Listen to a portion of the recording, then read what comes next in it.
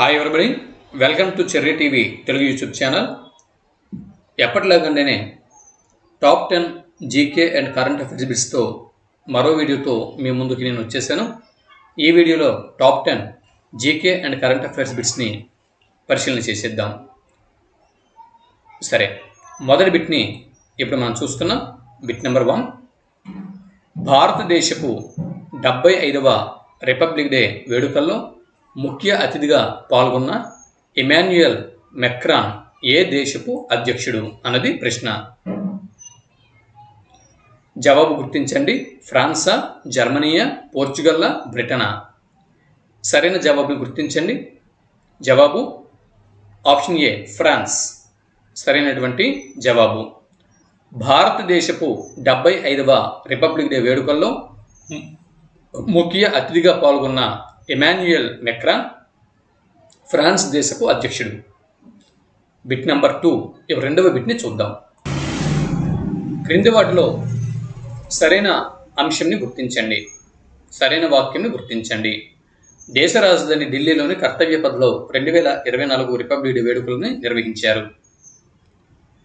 Viksit Bharat and Bharat లోక్తంత్రకి మాతృక అనేది 75వ republic day theme.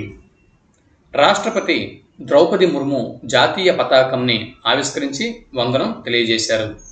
పైవన్నీ సరైనవే. ఇలా ఉన్నాయి.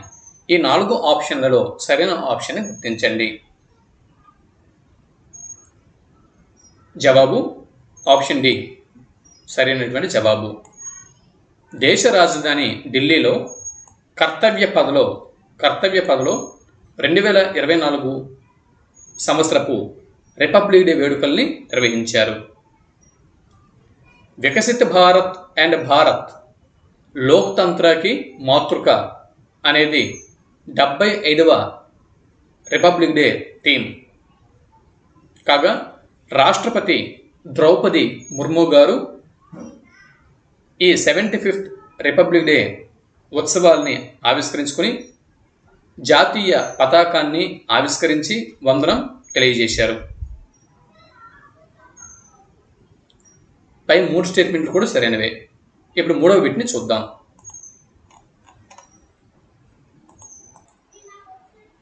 బిట్ నెంబర్ 3, సార్వత్రిక ఎన్నికల నేపథ్యంలో భారత ప్రభుత్వం 2024-25 ఆర్థిక సంవత్సరానికి గాను మధ్యంతర బడ్జెట్ను ఏ తేదీన ప్రవేశపెట్టింది? లేదా సార్వత్రిక ఎన్నికల నేపథ్యంలో కేంద్ర ప్రభుత్వం, భారతదేశపు కేంద్ర ప్రభుత్వం 2024-25 ఆర్థిక సంవత్సరానికి సంబంధించిన మధ్యంతర బడ్జెట్ లేదా ఓటాన్ బడ్జెట్ను ఏ తేదీన ప్రవేశపెట్టడం జరిగింది అన్నది ప్రశ్న. సరైన జవాబుని గుర్తించండి. 2024 ఫిబ్రవరి 29, జనవరి 1వ తేదీ, ఫిబ్రవరి 1వ తేదీ, మార్చి 1వ తేదీ. సరైన జవాబుని గుర్తించండి. జవాబు ఆప్షన్ సి, ఫిబ్రవరి 1వ తేదీన ప్రవేశపెట్టడం జరిగింది. 2024-25 ఆర్థిక సంవత్సరానికి సంబంధించినటువంటి మధ్యంతర బడ్జెట్ను భారతదేశపు కేంద్ర ప్రభుత్వం ఫిబ్రవరి 1వ తేదీన ప్రవేశపెట్టింది. 4వ బిట్ని చూద్దాం.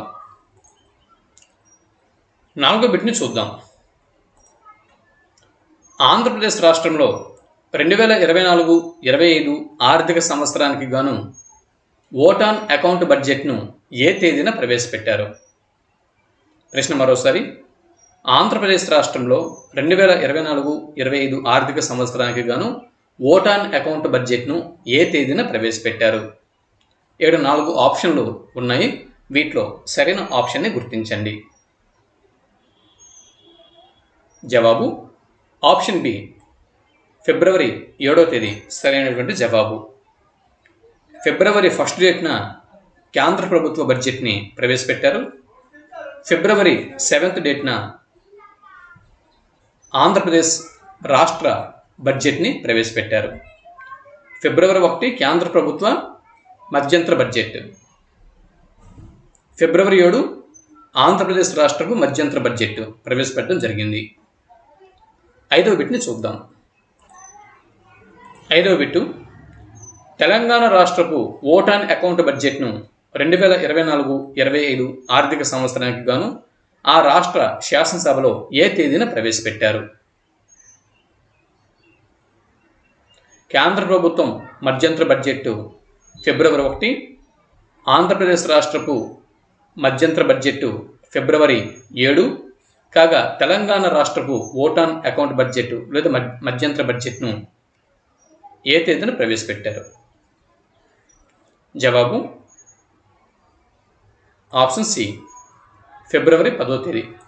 కేంద్ర ప్రభుత్వం ఫిబ్రవరి 1న ప్రవేశపెట్టింది. ఆంధ్రప్రదేశ్ ప్రభుత్వం ఫిబ్రవరి 7వ తేదీన ప్రవేశపెట్టింది. తెలంగాణ ప్రభుత్వం ఫిబ్రవరి 10వ తేదీన ప్రవేశపెట్టింది. అంటే భారతదేశంలో 3 బడ్జెట్లు కూడా కేంద్రం, ఆంధ్రప్రదేశ్, తెలంగాణ అంటే 2 తెలుగు రాష్ట్రాలు మరియు కేంద్ర ప్రభుత్వం ఈ 3 బడ్జెట్లు కూడా ఫిబ్రవరి నెలలోనే 1, 7, 10 తేదీల్లో ప్రవేశపెట్టడం జరిగింది. 6వ బిట్ని చూద్దాం ఇప్పుడు. Bit number 6. క్రింది వాటిలో 2024-25 ఆర్థిక సంవత్సరంకు సంబంధించి ఈ బడ్జెట్కు సంబంధించి సరైన వాక్యంని గుర్తించండి. అంటే ప్రస్తుత ఆర్థిక సంవత్సరానికి సంబంధించినటువంటి మధ్యంతర బడ్జెట్ను కేంద్ర ప్రభుత్వం, ఆంధ్రప్రదేశ్ ప్రభుత్వం, తెలంగాణ ప్రభుత్వం ప్రవేశపెట్టాయి. వాటికి సంబంధించిన స్టేట్మెంట్లు కింద ఉన్నాయి. వాటిని ఆ స్టేట్మెంట్లలో సరైన స్టేట్మెంట్ ఏది గుర్తించండి. కేంద్ర బడ్జెట్ని పార్లమెంట్లో నిర్మలా సీతారామన్ గారు ప్రవేశపెట్టారు. ఈ స్టేట్మెంటు కరెక్టే.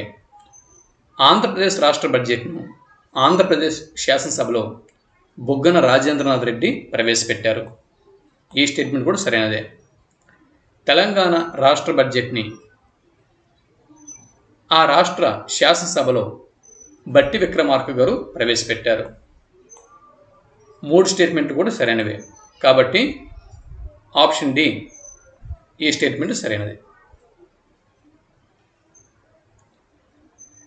7వ బిట్ని చూద్దాం. చూడండి, బిట్ నెంబర్ 7. క్రింది వాటిలో దేనిని ర్యాకెట్లో ఇంధనంగా ఉపయోగిస్తారు? ఓకే, ఇది ఇంగ్లీష్లోనే పడిపోయింది, సారీ అండి. ఉపయోగిస్తారు, డిటిపి తెలుగులో పడాల్సింది ఇంగ్లీష్లో పడిపోయింది. క్రింది వాటిలో దేనిని రాకెట్లో ఇంధనంగా ఉపయోగిస్తారు? డ్యూటేరియం, నైట్రోజన్, హీలియం, ద్రవ hydrogen.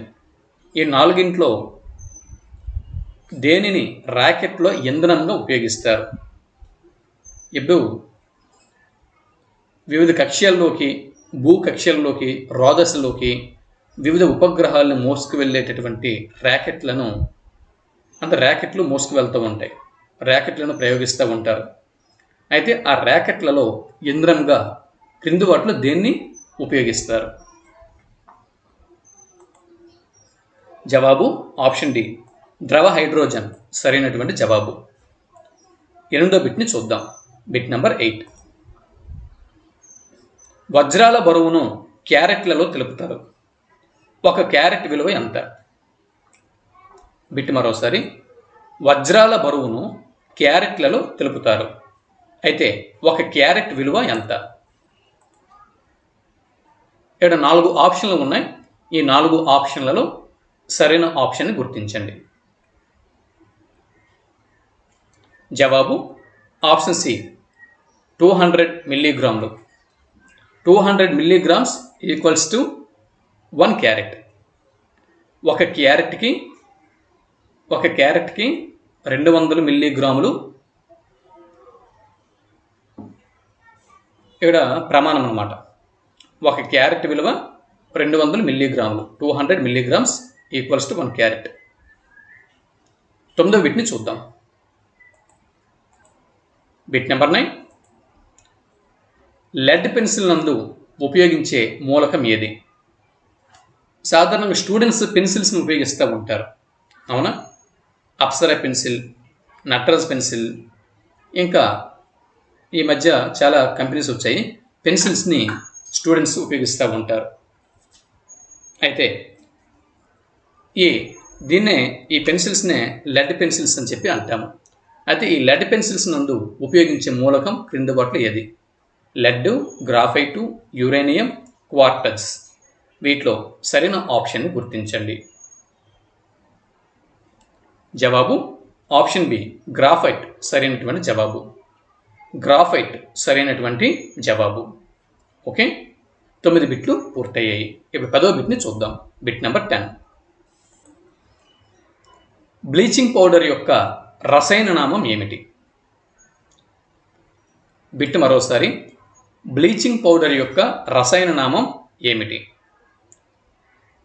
Calcium sulphate, calcium oxychloride, calcium chloride, calcium hydroxide.